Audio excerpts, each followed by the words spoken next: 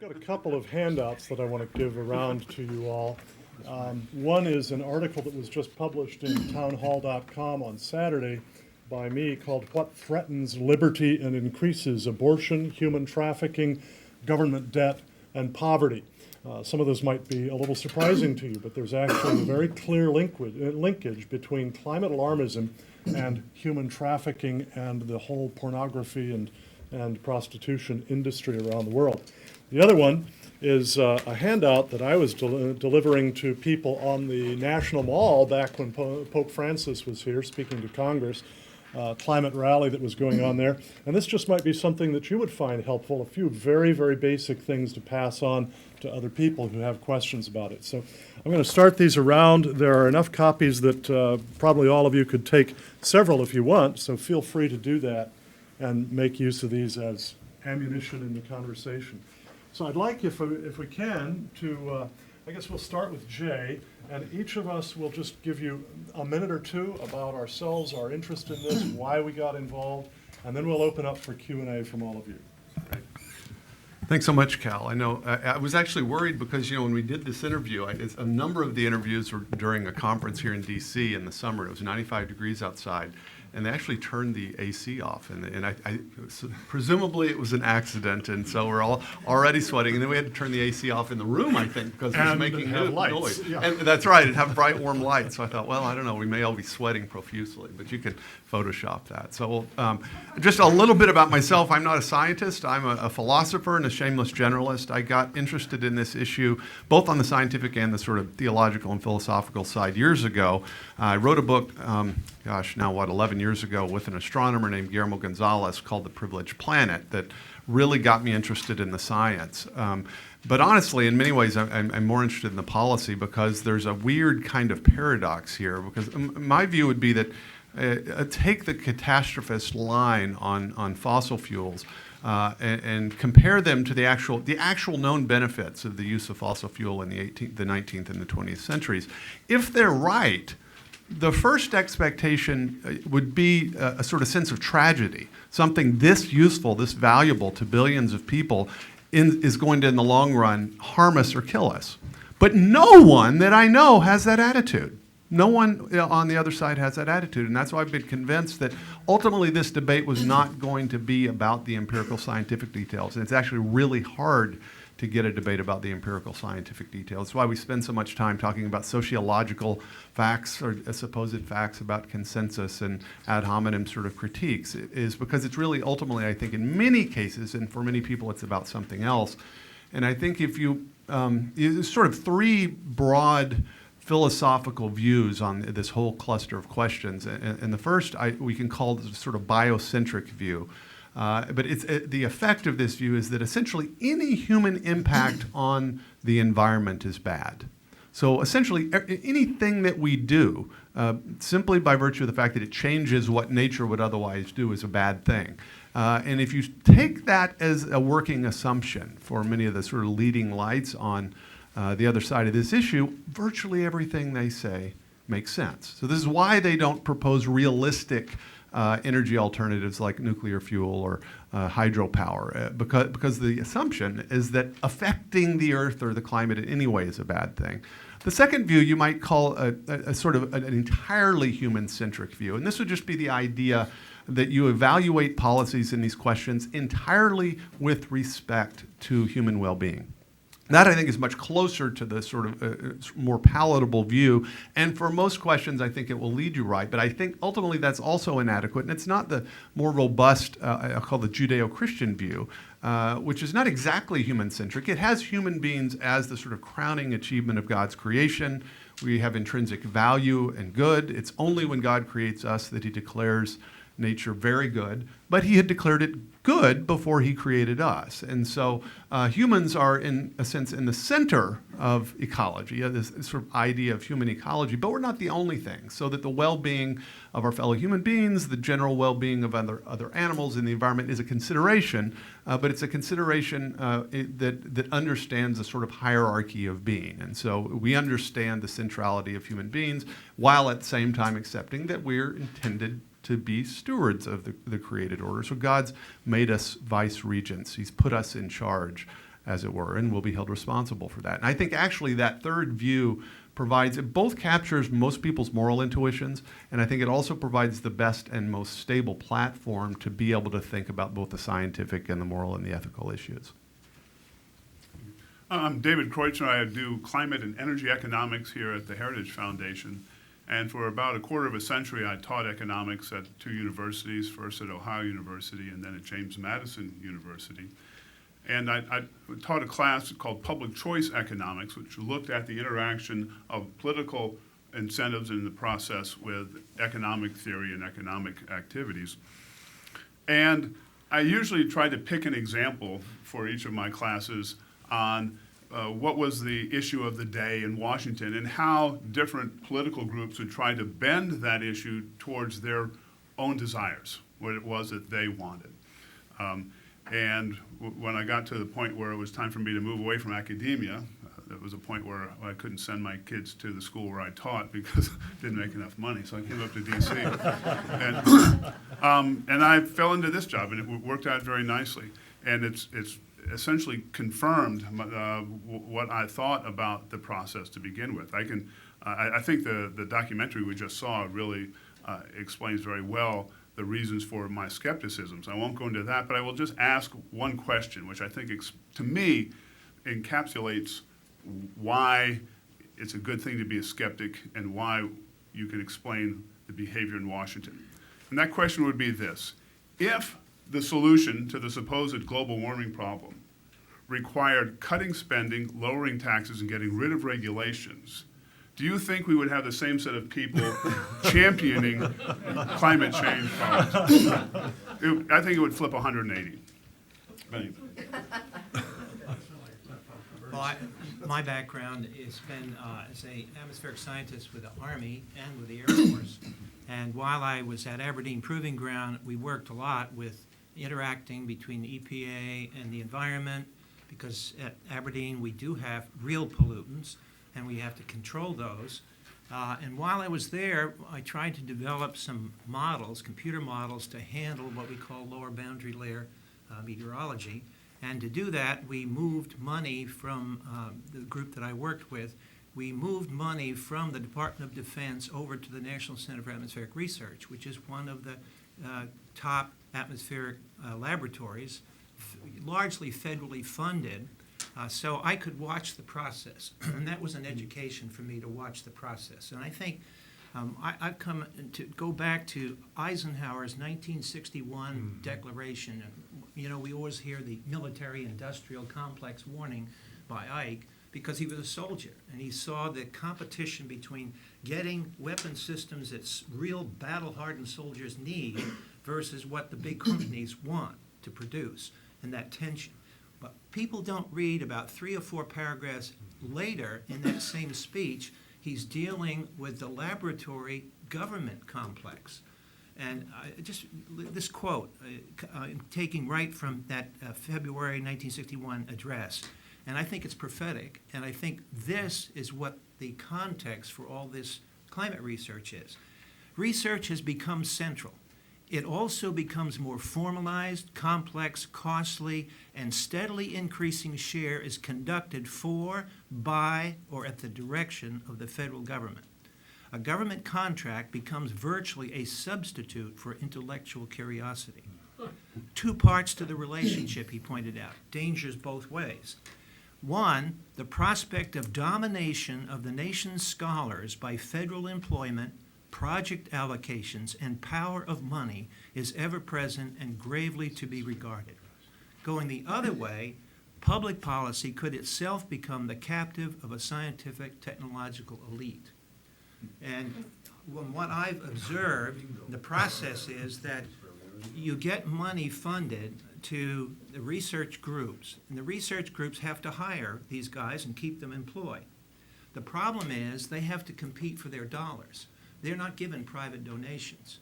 I know as an alumnus of MIT, MIT has tried over the years to become financially independent, at least in some areas, and separate the government research from the privately funded research, and they've tried to do that to avoid exactly what Eisenhower's talking about. But what happens is, in real life, dollars flow to a research group, The research group then gets configured assuming those dollars are going to continue to flow, regardless of whether the research, finishes the problem and they can, can stop it. But you get this thing started, then what happens, another dynamic starts, and that is they want federal funding. Well, how do they get federal funding? They have to compete for the federal funding. How do they compete? They lobby Congress. They lobby committees. So then you sit here and you see, what have we created? We've created a giant momentum here that's very hard later on to turn off.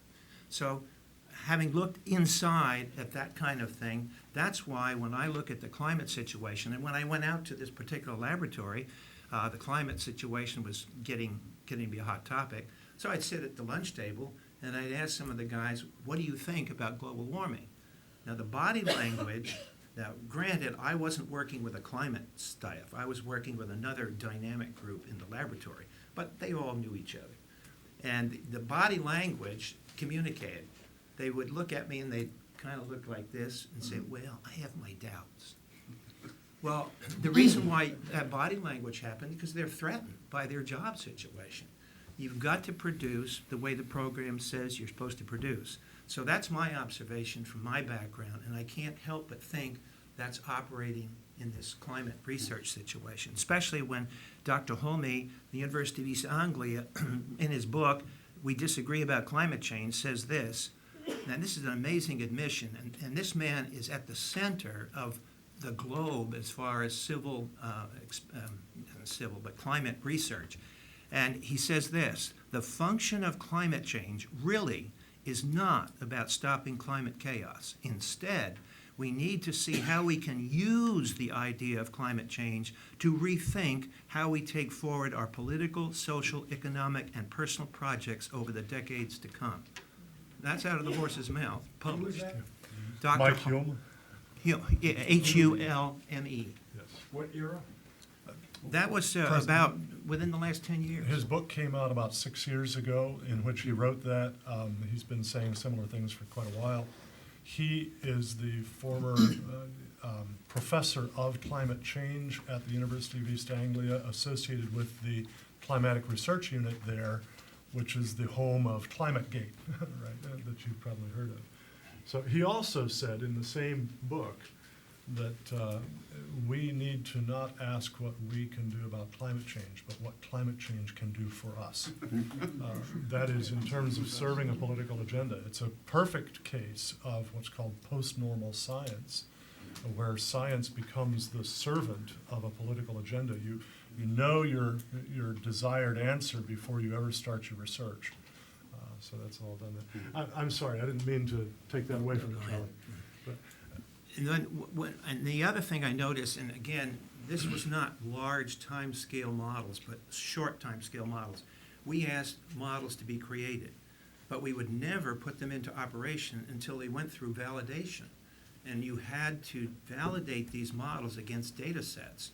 And so if it didn't work, we did one of two things. We went back to the drawing board to redo the model. And modelers don't like to do this, and there's a reason, though, mathematically, why they hesitate to do it, because these models are so complicated, the math is so complicated, that if you start tweaking something over here, all of a sudden you notice in the code you're creating all kinds of problems over here. So the usual way of dealing with it is you identify the bias of the model, and then mentally you just correct for the output. Right. Well, thank you, gentlemen. Just a few comments myself. First, it was a tremendous honor for me just to be able to interview the various men that I did, the scientists and the philosophers and so on at that meeting. There are several other people here in our audience today who are actually in the film. Tom Weissmuller here, and Ken Hoppola behind him, and oh, yeah, Mark Morano right there. Okay. Mark Morano are here as well. Tom's right here. You may Oh, not be Tom able to Sheehan, see him. yes, You may not right be there. able to see Okay. him. Yeah, I can It's see hidden him. by Joe Kaufman's head, but yeah, Tom is here as well. So it was a tremendous honor and privilege for me. I have Many of these scholars, I have read their work for years and admired it. And to me, it was like being a kid in a candy shop to get to sit and talk with these scholars. You will have noticed that we have attempted in this documentary to integrate theology, philosophy, ethics, worldview, physical sciences, social sciences, politics, economics, all of those together. And that's frankly because the whole climate change controversy and everything about climate policy and everything else, energy policy, these are probably the most multidisciplinary, interdisciplinary sets of problems that I've ever seen. My own undergraduate training was in interdisciplinary studies at the University of Southern California. And the key to that is not just simply that you study several different disciplines, enough to know hardly anything worth knowing about any one of them, but rather that you learn to use the principles, the tools, and the methods of several disciplines harmoniously to address a multifaceted problem. And so ever since then, that's what I've sought to do. But then most of my study has been in theology and in apologetics, reasons for Christian faith. And so I've also always wanted to bring those together. So this was an opportunity for me to bring all of these different ideas together in one documentary, and I had a great time doing it. I hope that it is helpful in informing many people. Did want to make a quick comment about just one aspect of this, and that is, why is it that so many people have a tendency to just accept what is projected by models as if somehow that's determinative? In fact, it's one of the most amazing things to me about the utter failure of science education in American society over the last probably 40 years at least, is the very fact that people will point to model scenarios, model outputs, as evidence. What models put out is not evidence of anything. You know, the Nobel Prize-winning physicist Richard Feynman said, and Will Happer said very similarly in the video here. Feynman said, look, when we look for a natural law, this is how we go about it. First, we guess.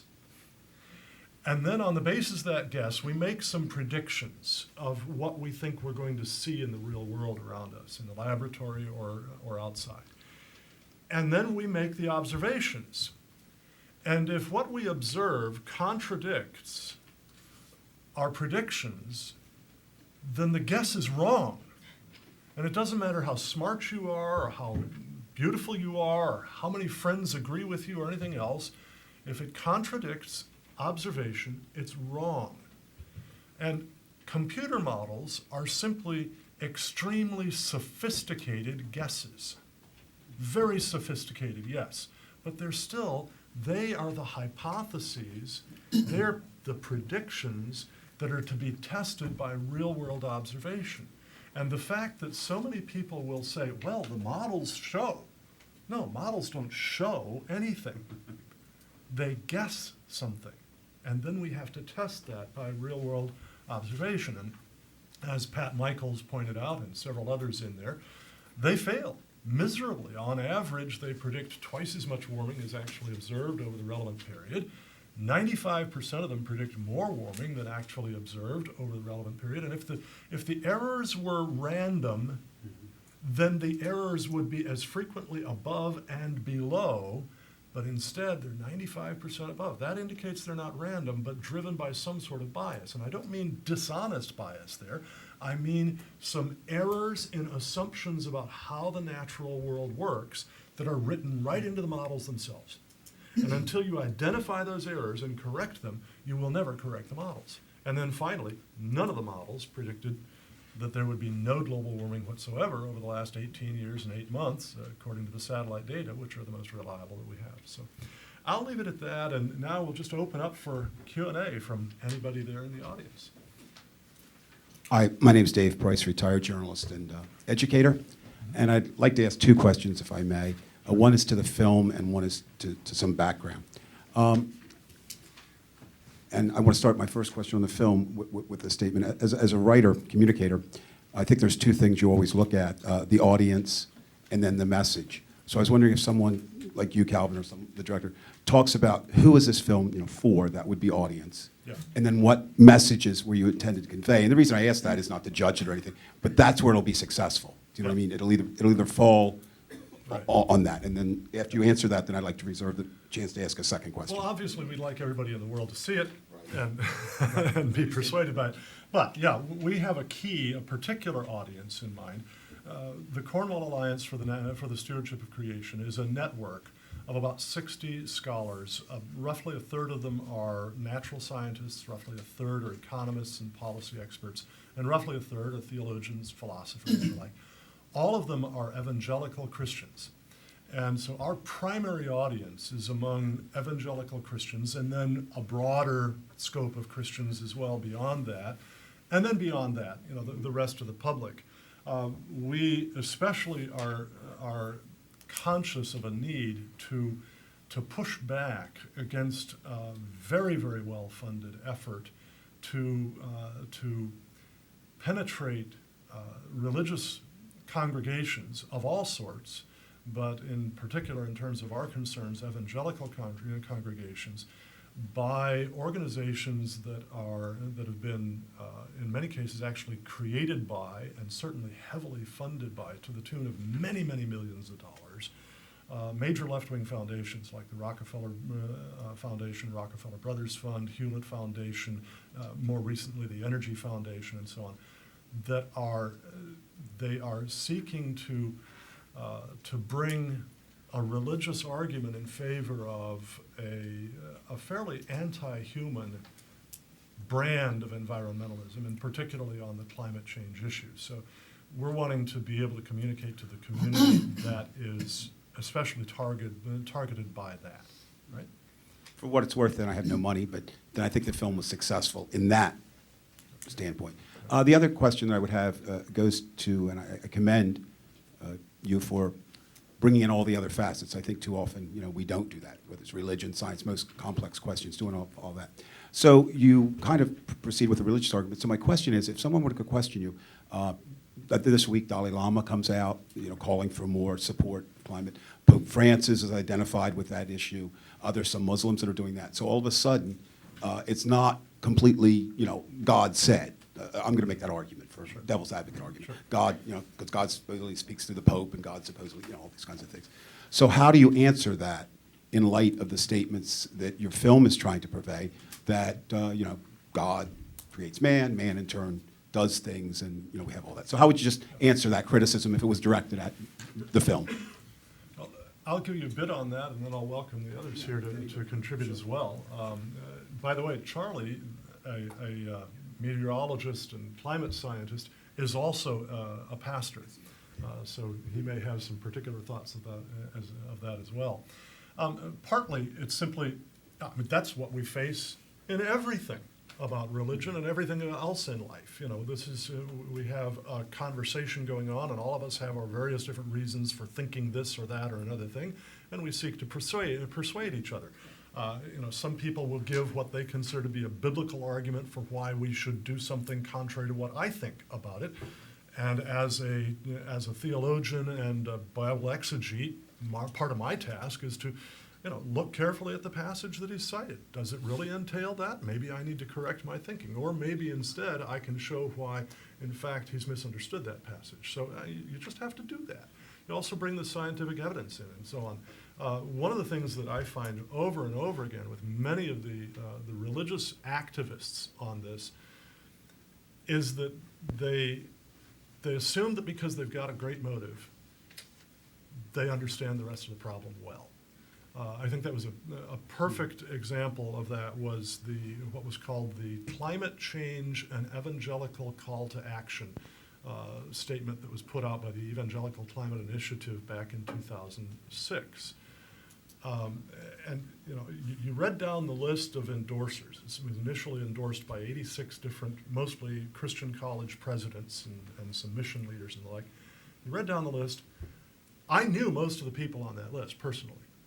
And I also knew that none of them knew diddly squat, pardon me, about the scientific arguments or the economics of what would happen with the kinds of policies that that paper called for.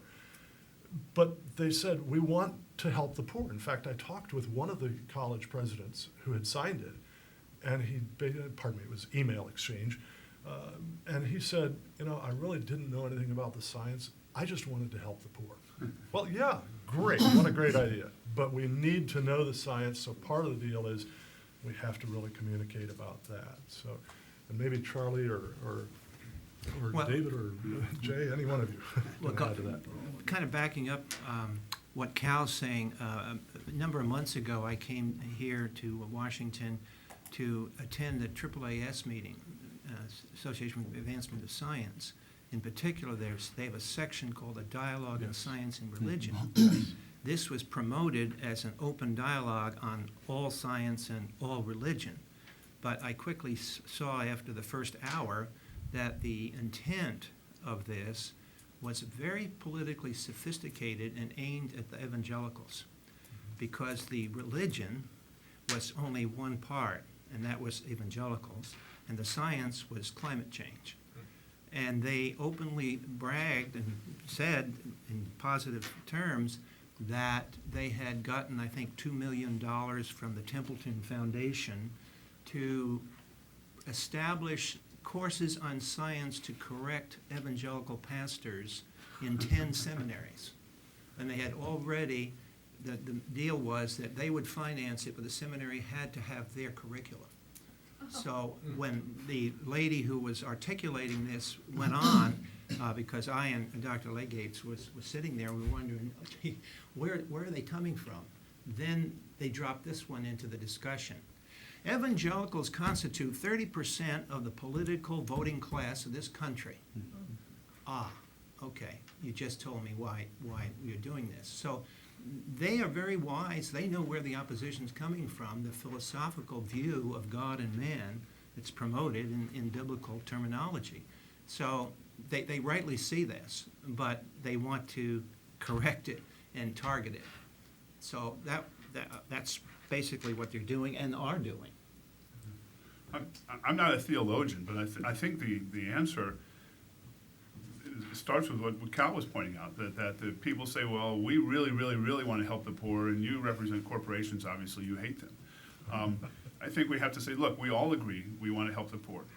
Your eternal poverty plan, that is the energy restriction, is not going to help the poor. Not only are the energy restrictions not going to help the poor, they're not going to do anything about the climate change that you say is the problem. Because you can look at the impact of any of our climate policies, cap and trade, carbon tax, the Clean Power Plan, any of the CAFE standards and so on, they have virtually unmeasurable impact on future temperatures, even if you believe the high sensitivities of the Intergovernmental Panel on Climate Change. You can throw in all of Western Europe. You can throw in Japan. You can throw in all the developed countries, have them zero out their CO2 by 2050 and never emit any more after that. And at best, it would have a moderation of maybe 0.4 of a degree of warming. So if you're worried about 10 degrees C of warming, which is the catastrophe they're talking about, how much happier are you at 9.6? It's silly. And in the process, you've crushed economic growth. So I think that's the answer. Look, we want to help the poor. And they say, well, of course we have to get the developing world to come along and restrict at some point, blah, blah, blah, blah, blah. And you can dig down into an EPA regulatory impact analysis on the cap and trade bill where they put the cards on the table. It's in a footnote way at the end of the impact analysis. And they say, well, if we get all of the developing world to join the developed world and go back to their 2000 levels of CO2 emissions by 2050, bingo. Okay, what did that mean? In the U.S., we had between 19 and 20 tons of CO2 emissions per capita. Haiti had a fraction of a ton. In fact, the electricity that the Haitians consumed per capita in 2010 was the amount of electricity you would generate from a bucket of coal. And we're going to say that's all they get. No, sorry, that you're not thinking of the poor. You're not helping the least. You're hurting them.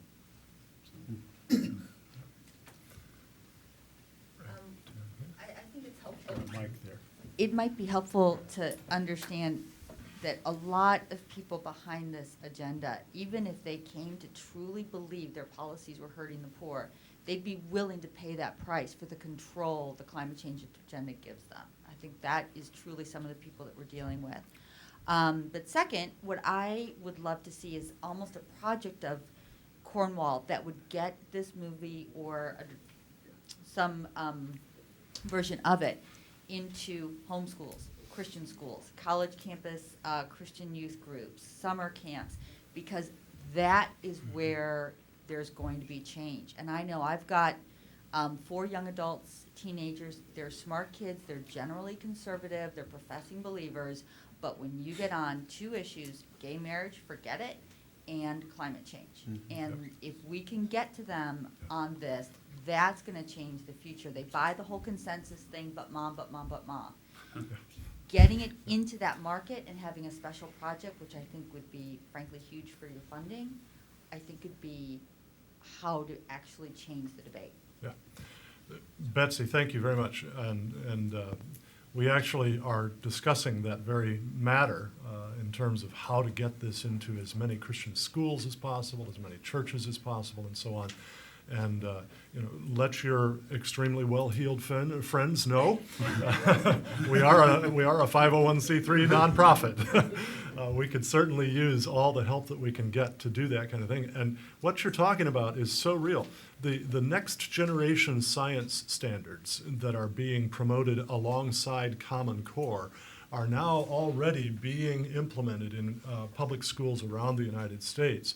And they are absolutely adamant that not just climate change, of course, that's weasel words, right? But dangerous man-made climate change that's so dangerous that it makes sense to spend trillions of dollars trying to mitigate it slightly, all right? That is so written into the next generation science standards that that's what our kids are getting taught in from kindergarten straight through 12th grade. It is all woven into all of the curriculum, not just the physical science courses, woven into all of it. And I'll end with this anecdote. Just yesterday, I got an email from my wife who said she got an email from my nephew's wife, who is homeschooling her. I'm sorry, she's not homeschooling. She's got little children. Her 10-year-old came home from school day before yesterday and said, "Mom, I learned today that cows are causing global warming, and so we need to stop eating beef." This is what our kids are learning. And he was serious. He really thought this was important. So this is a serious matter for us to counter, and we will be working to do exactly what you suggested. So all donations welcome.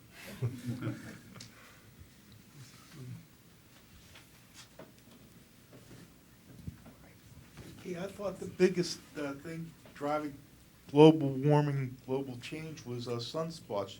No mention of sunspots, and I thought the amount of carbon dioxide was the old bell jar experiment with equilibria, temperature, pressure, all that other fun stuff as to how much carbon dioxide would have based on the temperature and whatever of the earth. Yeah. And, plants,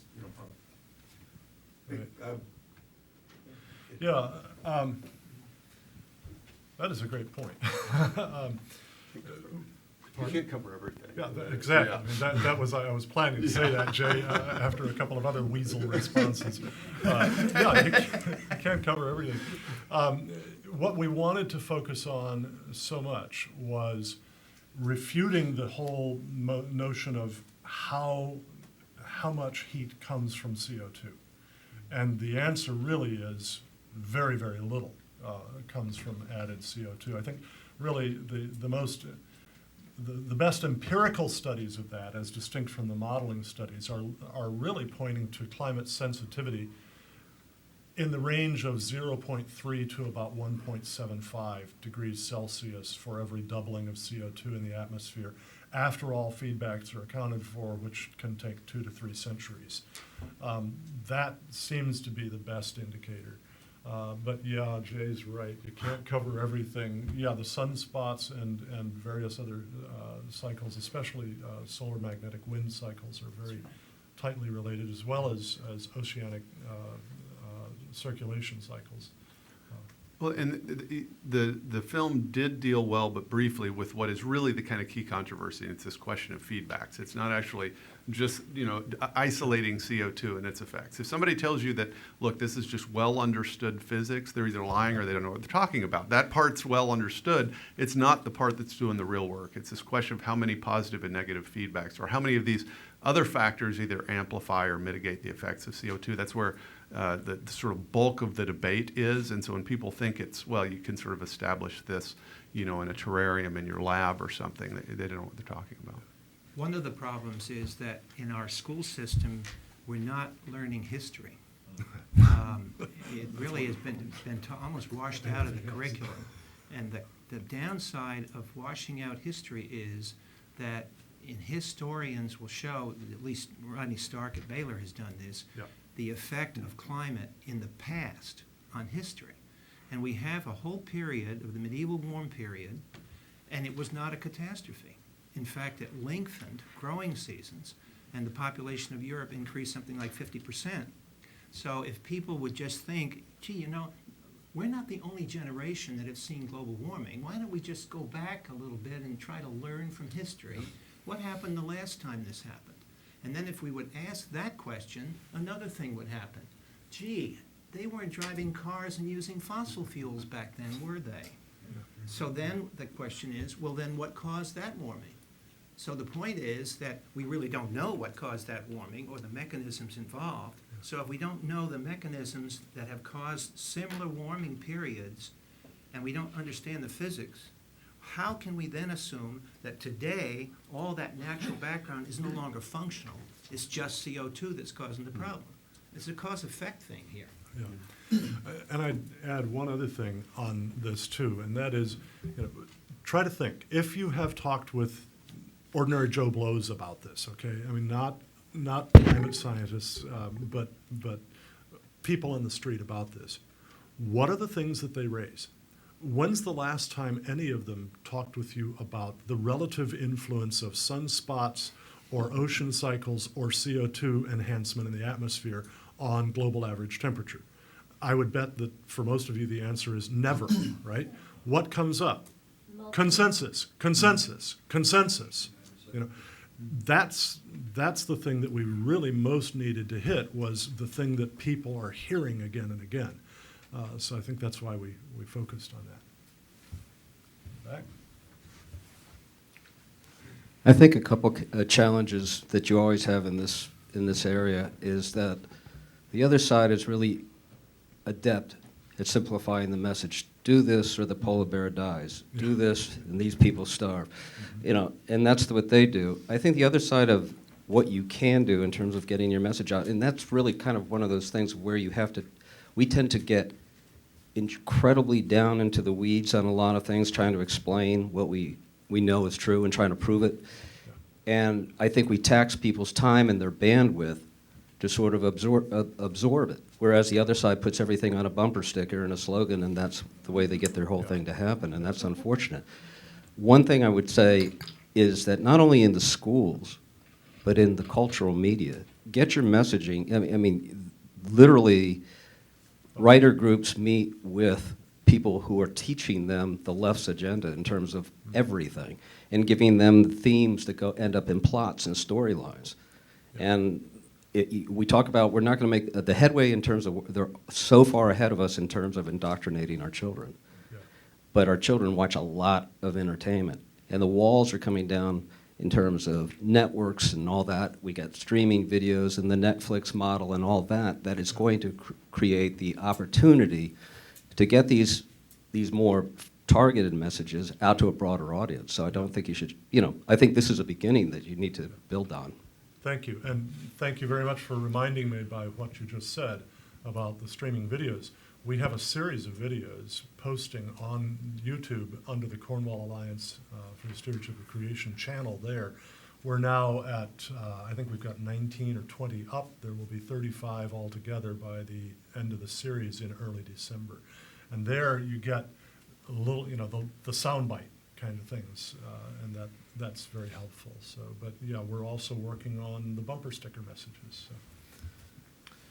So this film is excellent. It's a top-down approach to kind of changing the debate and the argument. I want to talk about a bottom-up approach, because to me the number one problem is every single day in this country there's a weather report on the news.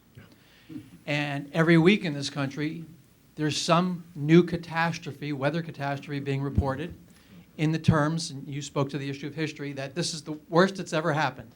Now it's not true, but I know with my own family. We can't believe the snow we're having this winter. We can't believe the rain we had yesterday. We can't believe the drought in Southern California is the worst ever. We need an approach where every day we have something to counteract this and bring historical perspective in, where it's just simply not true. Because that's, to me, where we're losing the debate every day. Yeah, I think you're right. The people that are worried about climate change aren't really worried about 1.8 degrees warmer. What is that, you know? But they have hammered into their minds over and over and over, every hurricane, every tornado, every snowstorm is due to global warming, and we're going to have more of it. It's going to get worse. And, you know, I have 5 bullet points. You can quote the IPCC, you can quote NOAA, where they point things out such as there's been no increasing trend in hurricanes, tornadoes, floods, or droughts. And as a matter of fact, I think they're probably going to be subject to that RICO lawsuit for sowing this doubt among the people. But yeah, you just have to go over and over and say, no, you know, that yes, you have a perspective that's closer to a mayfly than geologic perspective. And, you know, we've had these things before. I do think there's a sort of, we're at an inherent disadvantage in the fact that, you know, we don't control the bumper sticker distributors. We don't control the TV studios. But on an issue like this, I think there's something to be said for arguments. And I know this in I was indoctrinated into a lot of bad ideas in college. I started reading Thomas Sowell and got really mad, and this is what I do now, right? You can inoculate somebody. There's enough just nonsense and cant on these things. There's enough just basic logical error that even if you don't sort of know the scientific details, you know, it's just logic that whether something's happening and what's causing it are two different things. There's these sort of basic things that there's a sort of a level at which inoculation takes place in which you're inoculated against that, and then you're actually sort of infuriated by it. And so I do think, I mean, we're forgetting this now, but what is it coming up on 6 years of the climate gate thing? I was writing on this every day. It was, right, November, December of 2009. Things changed, and sort of public opinion on these issues changed, so that now I do think people sort of generally are interpreting weather patterns. It's sort of their interpretive grid. I also think it's about 95 on their list of actual priorities. And so I do think there's something to be said for just accepting the fact that, look, we don't control Hollywood. We've got the arguments. We've got the long-term climate. We've got the data on our side. And so let's work to inoculate and hopefully inoculate people that are influential. And then those that are, some subset of them will be infuriated by the indoctrination campaign, and hopefully they can live longer than the rest of us and carry on, right? So. Part of the dynamic with the weather forecasts on the TV and so on is that many of those meteorologists are certified by the American Meteorological Society.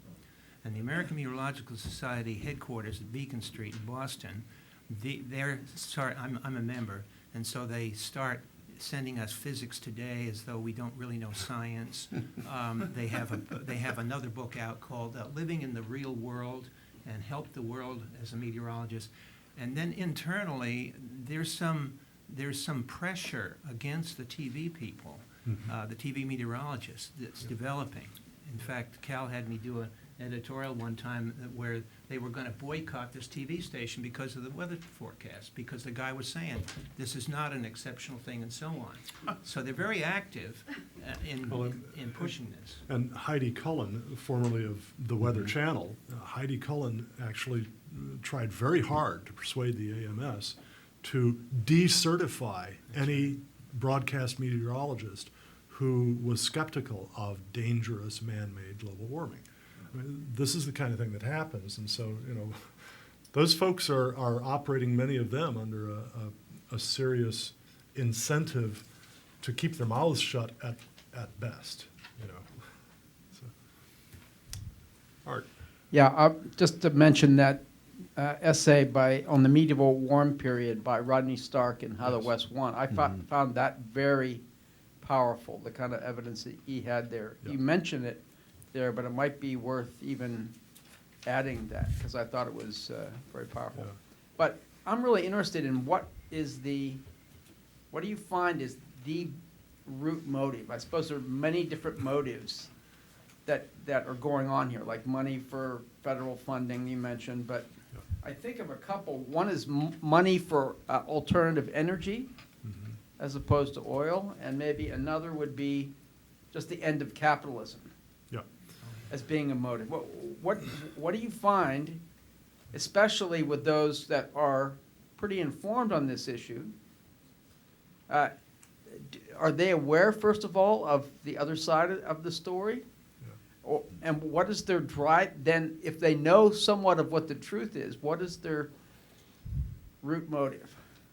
I want to give the rest of these men a chance to answer that first, because Yeah. I get asked that all the I know. time, and I know what I say. I want to hear what they say. I normally do not answer that question first, primarily because I do think ultimately we want to know what the evidence is. I also think the motives are mixed, and so I think there's a difference between Naomi Klein, right, and the average person sitting in the pew that's hearing their pastor talk about Earth Day. And so I think that 99% of the population is more like that person sitting in the pew than is Naomi Klein. But I think for the most part, most people actually sincerely believe what they're saying. That doesn't mean that they're in a good epistemic position. That is, they may be sincere, but their sort of evaluation of the evidence may be skewed, so it's not sort of truth conducive. So anyone whose paycheck is entirely dependent or mostly dependent on a particular outcome or a conclusion is not going to be in a good sort of epistemic position for looking at the truth. But I think that's always a problem on all sides. And so my general approach on these things is to pitch the argument and the discussion for the 99% of people who aren't, in the know and aren't, being paid large amounts of money to do particularly biased research or anything like that. I think the ideologues that may actually know what's going on and may, for instance, actually be far more interested in overturning the global economy. Those, I think they're real people like that. I just think that they're a small percentage of the overall population. Yeah, I would just echo that. I think there are a variety of motivations that are pushing people to support what appears to be a nonsensical agenda. I think a lot of them are very sincere. I'm always stunned at how little science the people on the other side seem to know and how little pushback you have to give before they shut up. Yeah, exactly. And I also think there's some very cynical people. And I'll go back to my point about DC. If you have a problem, the solution to which is a massive transfer of wealth that's going to fund all your pet projects, you're on Capitol Hill, you're going to be much more likely to believe in that problem. Yeah, and so I think that's partly what's driving it. So you have some people that are believers of convenience, some true believers, and some absolute cynics, and I don't know what the ratios are of those. I try to work with at least a few college students so that I know what's going on in the campus. I call them my cultural informants. But I've helped several of them with source material when they write papers, an environmental thing. And it's interesting to watch the faculty's response. And I've got at least 2 or 3 situations where I've watched, and it's a consistent theme. Going back to what Mr. Christoph said, the faculty are not that trained scientifically. When the students raise an issue, they either fall back on what Cal's talking about, the 97%. They can't interact with the issues the students are raising in the paper. I mean, I find it fascinating that these are PhDs and they're in a classroom and they lip off about these kind of things. Then when the student, very graciously, I mean, I'm not advocating they be belligerent, be courteous, be polite, but ask the question, why? How are you coming to this conclusion? It's just, well, I never thought of that, or, well, that's interesting, or, well, 97% of people believe it. This is from PhD faculty people. So if they're the people that are teaching the kids, you wonder what kind of an education are the kids getting? I would add one other thing to this, and you'll particularly appreciate this, Art, because it comes from C.S. Lewis. I've forgotten precisely where this was, but somewhere in his writings, he talked about the strong urge that all of us have to feel like we're part of the inner circle. Remember? We want to be accepted. We want to be part of that inner circle of people who are in the know and who are the movers and shapers, right? And I particularly, as I look at evangelical academics who have entered into this on the other side, I can't help thinking that there has been an awful lot of that going on. We're so tired as evangelicals of always being looked at as the outsiders and, you know, the Neanderthals dragging our knuckles on the ground. Obviously, we're ignorant, right? So we can look brilliant and intelligent if we take the right view on this one. I think that happens a great deal.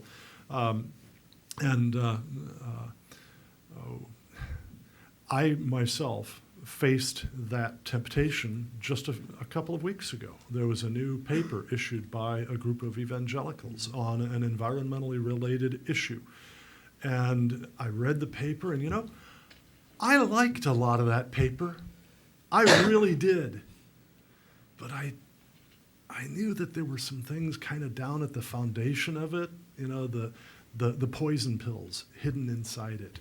That, you know, the guys who signed it, I'm not saying they knew they were there. No, I think they didn't notice them.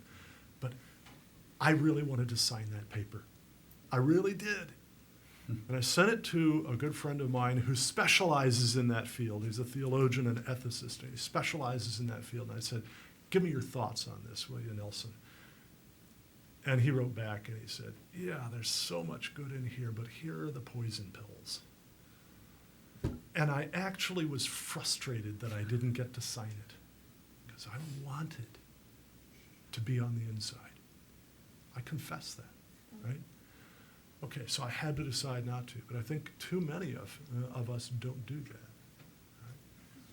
Over here. Yeah, I'm just wondering if any of you guys would care to comment on the Green Movement's sort of promiscuous relationship with even mainstream climate science. I'm thinking here of their sort of frantic reaction to the EPA saying fracking is safe, the conspiracy theories surrounding the safety of nuclear power.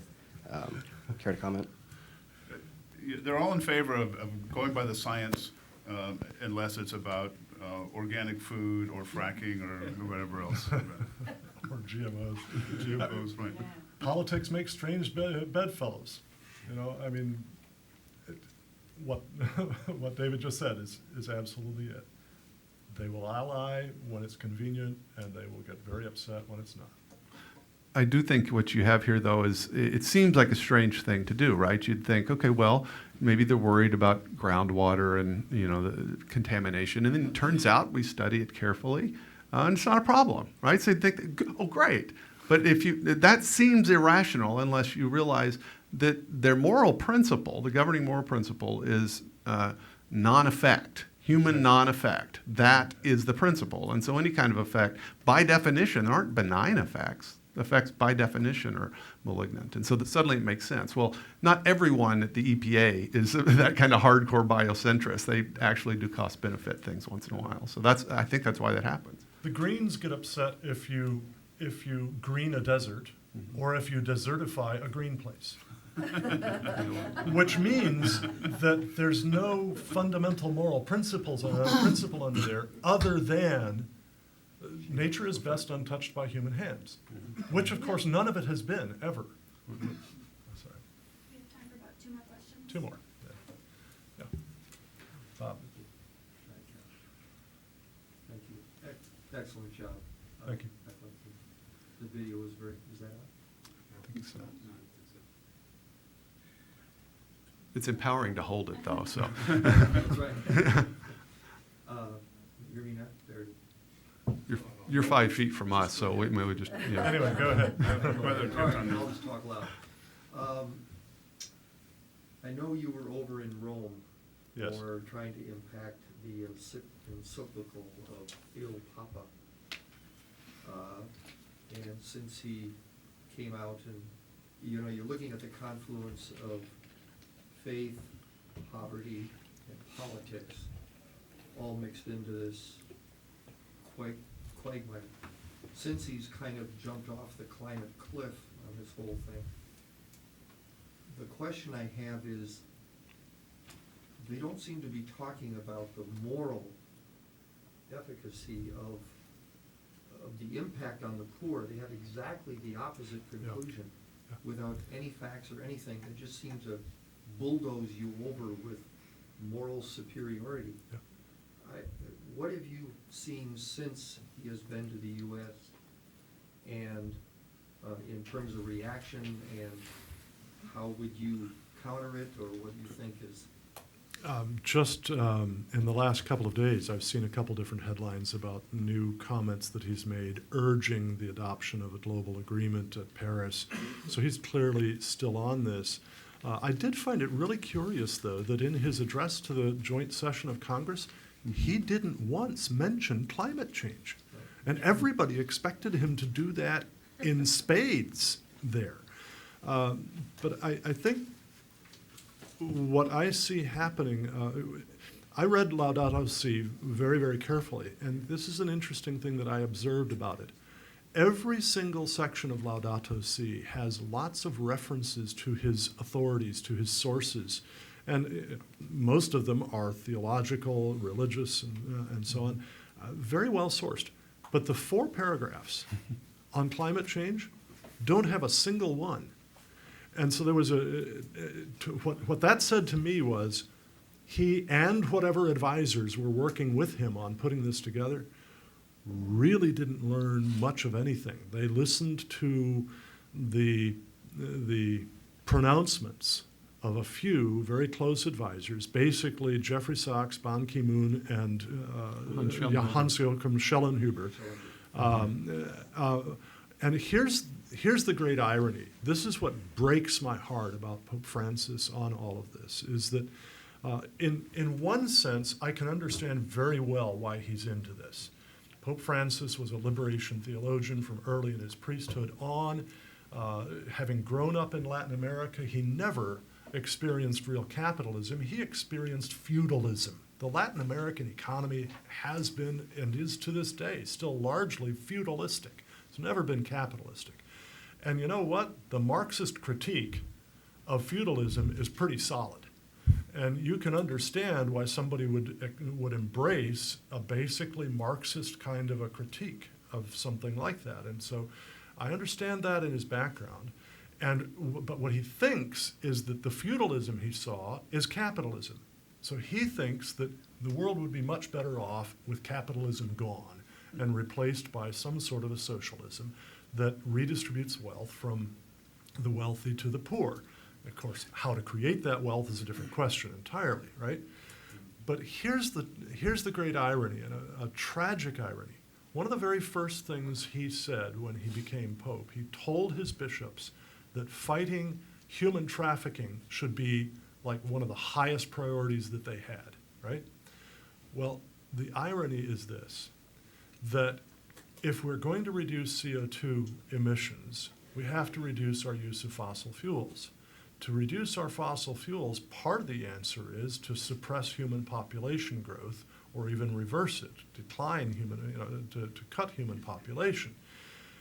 That kind of thinking leads through the population control movement, through things like the UN Fund for Population Activities and so on, to government-sponsored family planning programs that put a heavy emphasis on abortion, which he opposes, and that emphasis on limiting the total number of children born to the family in very poor societies, in Asia especially, both the poverty and the social ethos say, a boy child is the promise of support for my wife and me 40 years from now.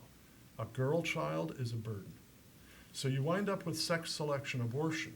And as Elizabeth Yore, who was in the video here, explains in much greater detail in other situations, when you have a lot of sex selection abortion, you wind up with an imbalance of males to females in the society. So that China, for instance, right now, there are 33 million Chinese adult men more than there are Chinese adult women.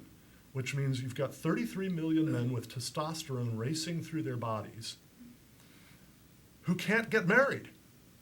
And what does that create? A demand for pornography and prostitution. And that's what drives the international human trafficking pressure.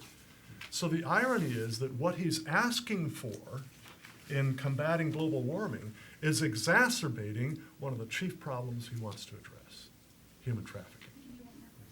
One more, and then we have to relinquish the room. So.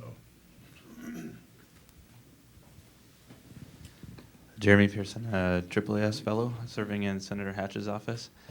Just regarding the 97%, I decided to try to learn a little bit more about that. There's 3 particular papers that NASA cites, and one of the more in-depth ones. I read through it, and to my surprise, I was actually searching for more evidence to demonstrate to the office that there was more consensus here, but wanted to have a solid justification for it.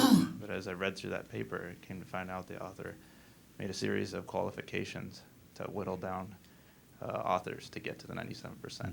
That the actual percentage was more around 60%. And when you look at 60%, there is more possibility to assume, well, maybe 10% was encouraged by the government or the politics of the day. And so that to me is because consensus is not science, but it still means something. So just a suggestion for the video, I don't know if you might want to include that rather than put such a heavy emphasis on saying that consensus is not science, but maybe point out that actually the 97% isn't. And now this also leads to just discussing it more instead of saying it's settled, because the qualifications that the author made, maybe you would agree with them, and she notes them all in the end of the paper. And so just that you acknowledge them doesn't mean they're not there. So that there should be some discussion on them, and then maybe some will say, well, they were correct, and others will say they're wrong. But getting the idea out there that this 97% isn't as solid as people think, I think will maybe open the discussion more rather than people trying to write off discussion. Any of you want to? Yeah, I do. I think that the missing premise usually is that, okay, well, the guys and gals who are best equipped to evaluate this claim overwhelmingly agree. So I think that's usually the premise that is in people's minds, and so that's why it has power. It's not just 97% of a random sampling of people in this theater, but of the people that ought to know, right? The vast majority of them agree. But as you said, I mean, it doesn't take long to realize. First, there's a whole lot of qualification in the paper. I know the original paper focused on abstracts rather than papers themselves. What exactly is being agreed to? Because, of course, the claim that humans affect climate or something like that, I mean, there's going to be widespread agreement that humans do something to climate, right? When you get down to where the actual debate is, it gets much iffier. And so it does take some time to sort of to explain that. But I do think there's a kind of rhetorical force in that 97% that even though it's true, strictly speaking, one good argument and one piece of data should refute an overwhelming consensus, it still does sort of have a rhetorical effect. Yeah, once upon a time, 100% of geologists believed that continents don't move.